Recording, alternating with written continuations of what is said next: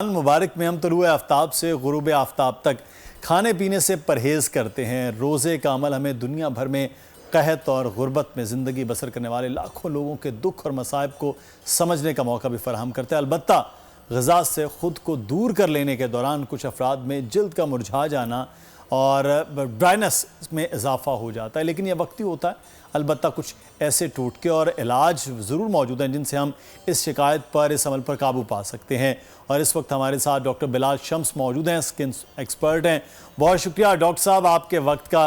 एक तो रमज़ान मुबारक आपको मुबारक हो, बड़ा अच्छा गुजर रहा होगा। निस्बतन कोयटा और कराची के मौसम में फ़र्क है, बाकी भी मुल्क में अब बहार का मौसम चल रहा है, तो ऐसे में रमज़ान मुबारक में तकरीबन 12-13 घंटे का वो गैप आ जाता है। पानी उस तरह लोग नहीं पी पाते हैं और जो खा रहे हैं उसके भी इफ़ेक्ट्स आ रहे हैं अभी से 5-4 रोज़ों के बाद ही तली चीज़ों के। तो अब सबसे पहले तो क्या ख्याल रखना चाहिए अगर स्किन ऐसी हो रही है? खैर मुबारक। Thank you so much Mudassir भाई, आपने मुझे इनवाइट किया शो में। आपका जो सवाल है रमज़ान के हवाले से और मौसम के हवाले से जिल्द के ऊपर, बहुत इंपॉर्टेंट सवाल है। रमज़ान में हमारे जो डाइटरी हैबिट्स हैं वो चेंज हो जाते हैं बाकी जो 11 महीने उनके मुकाबले में। तो हमारे मुसलमान भाई एक डिफरेंट सा एक लाइफस्टाइल अपनाते हैं जिसका इंसानी जिल्द पे जो असर है ना, उसको आप मुख्तलिफ एंगल से देख सकते हैं। मसलन ये कि जो हमारी नॉर्मल जो रूटीन है उससे हट के जो एक सपोज हम नॉर्मल रूटीन में पानी वगैरह का जो इस्तेमाल करते हैं रमज़ान में थोड़ा सा डिफरेंट हो जाता है। जी हाँ। तो हमने ये करना है कि अच्छी सेहत के लिए, अच्छी जिल्द के लिए हाइड्रेशन का बहुत ख्याल रखना है। अच्छी हाइड्रेशन रहेगी तो जिल्द अच्छी रहेगी। पानी का इस्तेमाल और मॉइस्चराइजर्स का इस्तेमाल, स्पेशली उन लोगों में जिनका स्किन जो है ना वो ड्राई स्किन है, सही। उसमें मॉइस्चराइजर्स का इस्तेमाल बहुत ज़रूरी है। दूसरा सवाल आपने कहा था कि स्प्रिंग आ रहा है, मौसम बहार। मौसम बहार में वो लोग जिनको एटोपिक डर्मेटाइटिस है, जिनको एलर्जीज हैं, स्पेशली पोलन एलर्जी, उस एलर्जी का हमारे जिल्द के ऊपर, म्यूकस मेम्ब्रेन्स के ऊपर इफेक्ट आता है। यानी म्यूकस मेम्ब्रेन्स, हम नथनों के अंदर की बात जी करते हाँ। हैं, हम आंखों का जो म्यूकोजा है उसकी बात करते हैं। छींकें आती हैं, आंखें सुर्ख हो जाती हैं। सो उस मौसम में फिर पोलन्स का बड़ा एक रोल है। उन लोगों को उससे बचने के लिए ख़ुसूसन अपना जो उनका डर्मेटोलॉजिस्ट है या फिर उनका जो भी स्पेशलिस्ट है, पल्मोनोलॉजिस्ट, कुछ लोगों का जिनको पोलन एलर्जी होती है उनको स्किन के अलावा उनको अस्थमा का भी फ्लेयर अप आता है। सो बिल्कुल उनको अपने डॉक्टर के साथ राब्ते में रहना बहुत ज़रूरी है। सही। अच्छा डॉक्टर साहब, अभी आजकल इब्तिदा है, लेकिन हमने माजी में भी देखा है, एक्सपर्ट्स ये राय होती है कि 10-12 जब रमज़ान गुजरता है तो इतने पकौड़े समोसे खा लिए जाते हैं, जगह जगह पिंपल्स निकल आते हैं, दाने बन जा रहे होते हैं। और वो जो ऑयली स्किन वाले हैं उनका तो बाकायदा वो एक पूरी ऑयल की बोतल लग रहा होता है कि उनके चेहरे पे शाम को आ गई है। और जहाँ मौसम थोड़ा सा गर्म है निस्बतन कराची में, वहाँ पे तो फिर बाकायदा इस चीज़ का अमल भी है। तो इसमें क्या अब करना चाहिए कि जिन लोगों को पिंपल्स निकलना शुरू हो जाएंगे, अब पकौड़ों समोसों से तो हाथ रुकेगा नहीं डॉक्टर साहब, तो फिर करना क्या है, कैसे जी, जी। संभालना है स्किन को?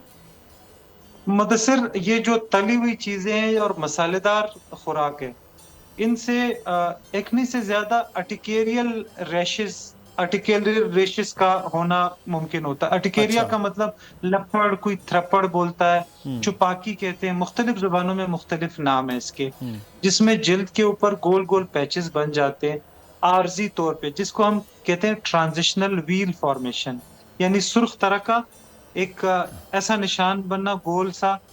थोड़ी देर बाद आप कोई एलर्जी की टेबलेट खा लेते हो तो वो सेट हो जाता है। सो लपड़ का जो होना है वो तली हुई चीज़ों से और मसालेदार चीज़ों से ज़्यादा होता है। इसके मुकाबले में एक्ने की मिथ है ना, पहले लोग कहते थे कि मसालेदार चीज़ों से और ऑयली स्पाइसी फूड से एक्ने या पिंपल्स का होना ज़्यादा है। वैसे आजकल बुकिश ये है, नई रिसर्च ये कहती है कि बहुत ज़्यादा ताल्लुक नहीं है एक्ने या पिंपल्स का खुराक के साथ। लेकिन जो एलर्जिक रिएक्शंस है जिसका मैंने जिक्र किया, चुपाकी या फिर लपड़ थ्रपड़ वगैरह का, वो बहुत ज्यादा फ्लेयर करता है एक्नी के साथ, अच्छा, ये इसमें इसमें तली मैं हुई चाहूंगी चीजों के डॉक्टर साथ। साहब एक चीज़ और भी होती है, मैंने बहुत सारे लोगों से सुना है कि एक तो ये पता नहीं अब चिकन की ही वजह है, चिकन खाने से ही जो पीसीओएस के प्रॉब्लम होते हैं खवातीन को, उससे भी उनको बहुत ज़्यादा, ये खास तौर पर ये चिन लाइन पे बहुत एक्नी हो जाती है, ये चिन पे बहुत एक्नी हो जाती है, तो एक ये वजह भी होती है कि जिसकी वजह से हम लोग अपनी स्किन की खराबी नोटिस करते हैं। सैरिश, बहुत जरूरी सवाल है। चिन के ऊपर जो एक्नी, स्पेशली उन फीमेल्स के अंदर जिनकी एज 30-35 के से ज्यादा है, इसको हम कहते हैं पोस्ट एडोलेसेंस फीमेल एक्नी। इसका सैरिश ताल्लुक का प्रॉब्लम हार्मोन्स है। के साथ बहुत ज्यादा है और इनडायरेक्टली फूड के साथ है। इनडायरेक्ट इन अ सेंस कि जितनी भी ओबेसिटी, आप उसको कह लें एक बीमारियों की माँ कह लें। ओबेसिटी से हार्मोनल इश्यूज बढ़ते हैं, हार्मोनल इश्यूज से एक्नी बढ़ते हैं और बाल आते हैं। सो इनडायरेक्ट रिलेशन बिल्कुल है। बहुत ज्यादा स्पाइसी या ऑयली फूड्स या जो जो एक बिल्कुल एक अनहेल्दी लाइफस्टाइल है ना, इसका इनडायरेक्ट लिंक बिल्कुल है एक्नी के साथ और चेहरे पर बाल उगने के साथ, मोटापे के साथ, जिल्द के जो ये जो हमारे नेक एरियाज है या जो बॉडी फोल्ड्स है वो डार्क हो जाते हैं। सो ओबेसिटी का लिंक फूड के साथ है और फूड का फिर इनडायरेक्ट लिंक जो है ना वो स्किन के सही। ऊपर है। सही। अच्छा, अच्छा, मैं एक जी चलिए जी आप पूछ लीजिए, मैं एक क्योंकि आपको सवाल ज़्यादा जो करना मसाइल है चाह रहा स्किन था, के। नहीं मैं सवाल, एक बड़ा कॉमन सा इशू आ गया है अच्छा। कि सुबह फजर के वक्त तो एक मामला और है कि बड़ा एक गैप आ जाता है, लेकिन जोहर, असर, मगरिब और इशा, आजकल दिन में फ़र्क है तो बहुत छोटे छोटे गैप्स होते हैं। बार बार वज़ू कर रहे होते हैं लोग और कुछ इलाकों में तो अभी भी गर्म पानी का इस्तेमाल हो रहा है। डॉक्टर साहब शायद आपके भी उस एरिया में हो, तो बार बार वज़ू से भी वो कह रहे हैं हाथ खुश्क हो रहे हैं, चेहरा खुश्क हो रहा है, तो इसके लिए फिर बार बार लोशन ही इस्तेमाल करना है, क्या करें? जी बिल्कुल, ये बहुत इंपॉर्टेंट सवाल है। जो स्किन बैरियर है ना, वो थोड़ा सा अफेक्ट हो जाता है। इसमें मॉइस्चराइजर्स का इस्तेमाल जरूरी होता है, हाथों पे मॉइस्चराइजर्स का इस्तेमाल, पाँव पे बार बार वजू करने से बहुत, या बल्कि बहुत ज्यादा गर्म पानी का इस्तेमाल जो है ना, हॉट शावर लेने से भी ये इशू बढ़ जाता है। तो या तो मॉइस्चराइजर का इस्तेमाल करें, या अगर मॉइस्चराइजर अवेलेबल नहीं है, जो लोग बाथ लेते हैं वो बाथ के ऊपर जो बाल्टी के अंदर एक ढक्कन जो तेल है ना वो मिला है, उस ऑयली पानी से अगर बात ले लें, ये उन लोगों के लिए है जो लोग अफोर्ड नहीं कर सकते हाई फाई मॉइस्चराइजर्स और वो प्रोडक्ट्स जो सही। महंगे प्रोडक्ट्स है, ये सही। उनके अच्छा, लिए। सही। लेकिन डॉक्टर जो साहब ना अफोर्डेबल लोग हैं वो मॉइस्चराइजर्स का मॉइस्चराइजर इस्तेमाल यूज़ करें। कर सकते हैं। अच्छा, मैंने ऑन अ लाइटर नोट इशारा किया मुदस्सिर की तरफ ना, मुदस्सिर बहुत फिटनेस कॉन्शियस हैं, स्किन कॉन्शियस हैं, तो वो स्किन बहुत तो सारे बहुत ज़्यादा conscious अपना हैं। ख्याल रखते हैं। अच्छा, अब खैर वो उस पर मुदस्सिर ने ना नोटिस नहीं किया, वरना ज़रूर जवाब आता, क्योंकि ये अटैकिंग होती रहती है। मुझे ये बताइएगा डॉक्टर साहब कि जहाँ हम ख़वातीन की बात कर रहे हैं कि पीसीओएस का शिकार होती हैं या फिर जो भी हार्मोनल डिस्बैलेंस की वजह से उनके एक्नी स्किन हो जाती है, वहीं मैंने बहुत सारे मर्दों को देखा है कि उनकी स्किन पे बहुत एक्नी होती है और यहाँ तक कि वो पता नहीं कौन कौन सी ब्यूटी क्रीम्स का इस्तेमाल करते हैं अपनी स्किन को ठीक करने के लिए। ये उनको जो एलर्जी होती है, क्या वो स्मोकिंग की वजह से होती है? डस्ट एलर्जी तो होती ही होगी, इसके अलावा क्या वजूहात होती हैं?